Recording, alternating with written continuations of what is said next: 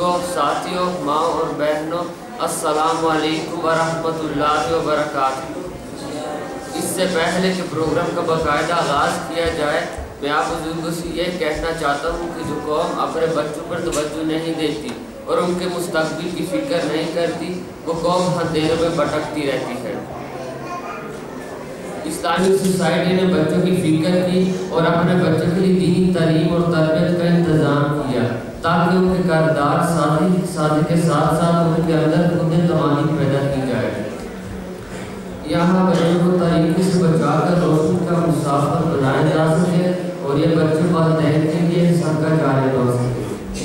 Programme کا باقاعدہ آغاز تلاوت قرآن پاک سے کرتے ہیں۔ تلاوت کے لیے دعوت دیتا ہوں اپنے بھائی شام صادق کو۔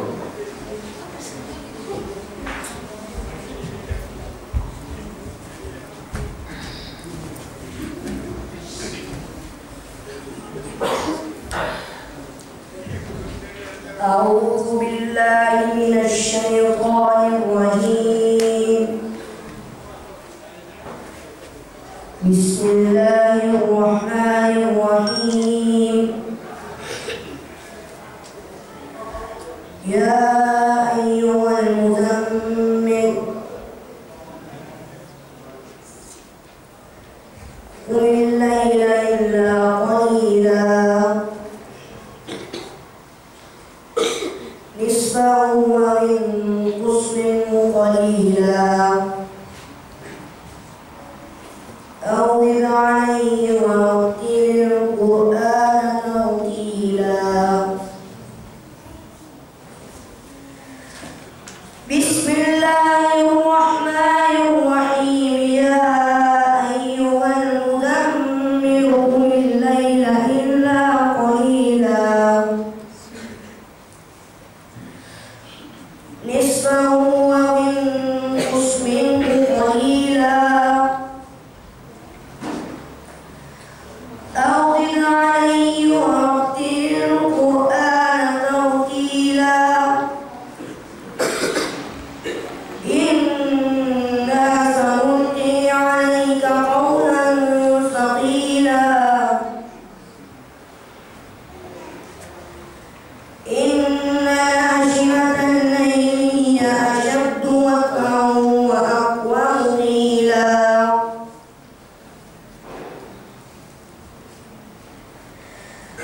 إن لك في النهار سبحا طويلا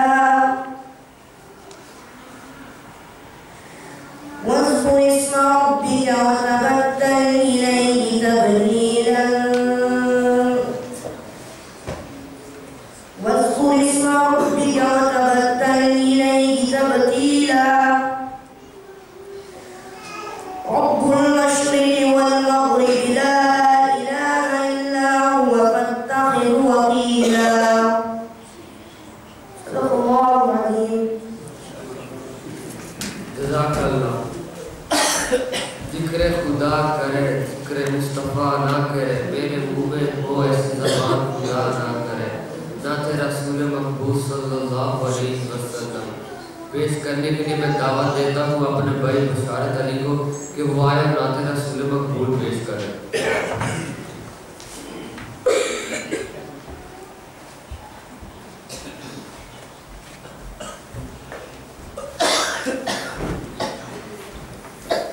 اعوذ باللہ من الشیطان الرجیم بسم اللہ الرحمن الرحیم ہر بات تصور میں مدینے کی گلی ہو اور یاد محمد کی میرے دل میں بسی ہو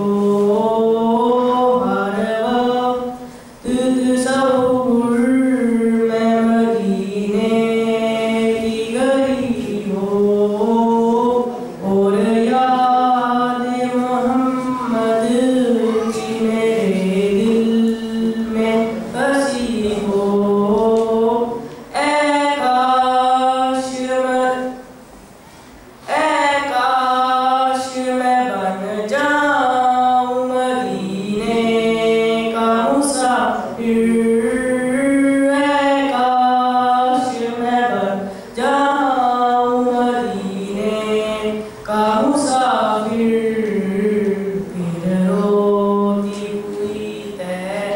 باقی بارات چلی ہو ہر وقت تصور میں مدینے کی گلی ہو اور یاد محمد کی میرے دل میں بسی ہو اے کاش مدینے میں مجھے موت یوں آئے اے کاش مدینے میں مجھے موت یوں آئے پھر روتی ہوئی طیبہ کی بارات چلی ہو اے ہر وقت تصور میں مدینے کی گلی ہو اور یاد محمد کی میرے دل میں بسی ہو آقا کا گدا ہوں اے جہنم تو بھی سن لے آقا کا گدا ہوں اے جہنم تو بھی سن لے قدموں میں تیرے سر ہو میری روح جلی ہو ہر وقت تصور میں مدینے کی گلی ہو اور یاد محمد کی میرے دل میں بسی ہو اب میں درس قرآن پیش کرنے کی میں دعوت دیتا ہوں باسط علی بھائی کو کہ وہ آیا درس قرآن پیش کریں.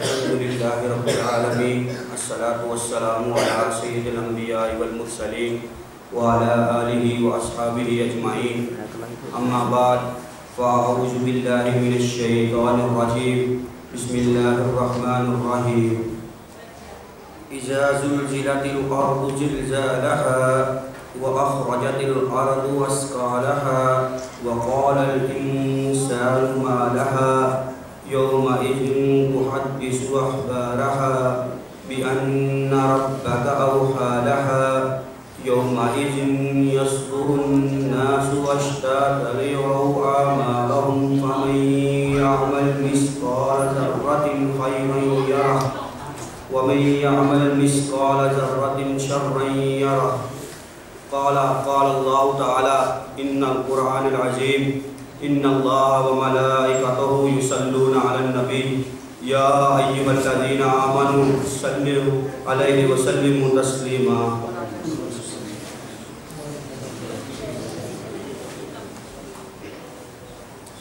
سبحان ربك رب العزة عما يصفون وسلام على المرسلين والحمد لله رب العالمين.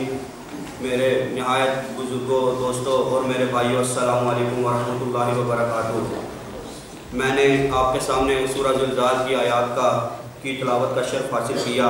اللہ رب العزت سے دعا ہے کہ حق کو سمجھنے سمجھانے اور اس پر عمل کرنے کی توفیق عطا فرمائے. اب میں اس کا مختصر ترجمہ اور اپنی بساط کے مطابق اس کی تشریح کرنے کی کوشش کرتا ہوں. ان آیات کا ترجمہ کچھ اس طرح ہے: جب زمین پر زلزلہ برپا ہوگا، زمین اپنے اندر کے بوجھ کو باہر پھینک دے گی اور انسان کہے گا اس کو کیا ہو گیا ہے، اسی دن کی تم کو خبر دی جاتی تھی، بے شک اسی دن کے بارے میں تیرے رب نے تجھے ڈرایا. اس دن ہر کوئی اپنے اعمال کو اپنے سامنے پا لے گا اور جس نے ذرا برابر نیکی کی ہوگی اس کو اس کا اجر ملے گا اور جس نے ذرا برابر بدی کی ہوگی اس کو اس کی سزا ملے گی.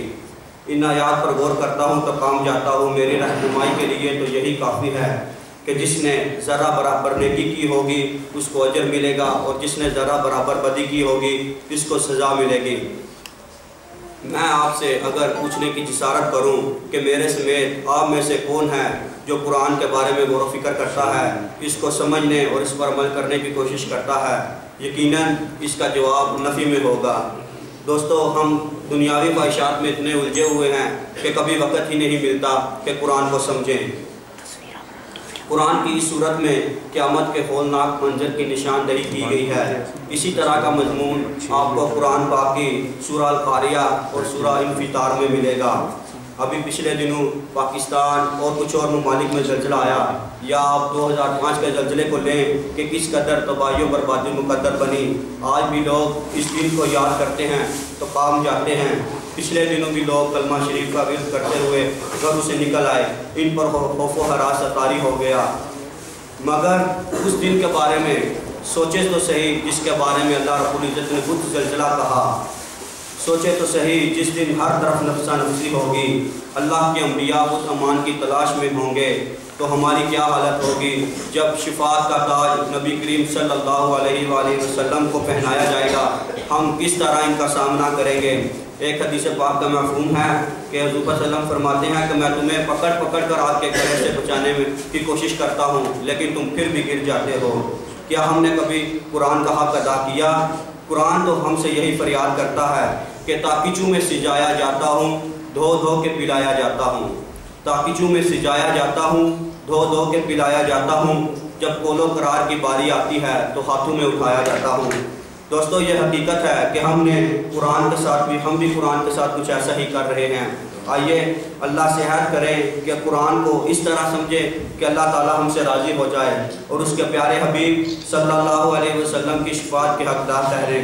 یہ کہتے ہوئے میں اپنی بات کو ختم کرتا ہوں کہ آنے جانے کا کھیل جاری ہے، کون جانے کس کی باری ہے، موت کا ایک دن مقرر ہے، 4 دن کی زندگی تیری زندگانی ہے، اور جان دی ہوئی تو اس کی تھی، حق تو یہ ہے کہ حق ادا نہ ہوا۔ وَآخِرُ دَعْوَانَا الْحَمْدُ لِلَّهِ رَبِّ الْعَالَمِينَ۔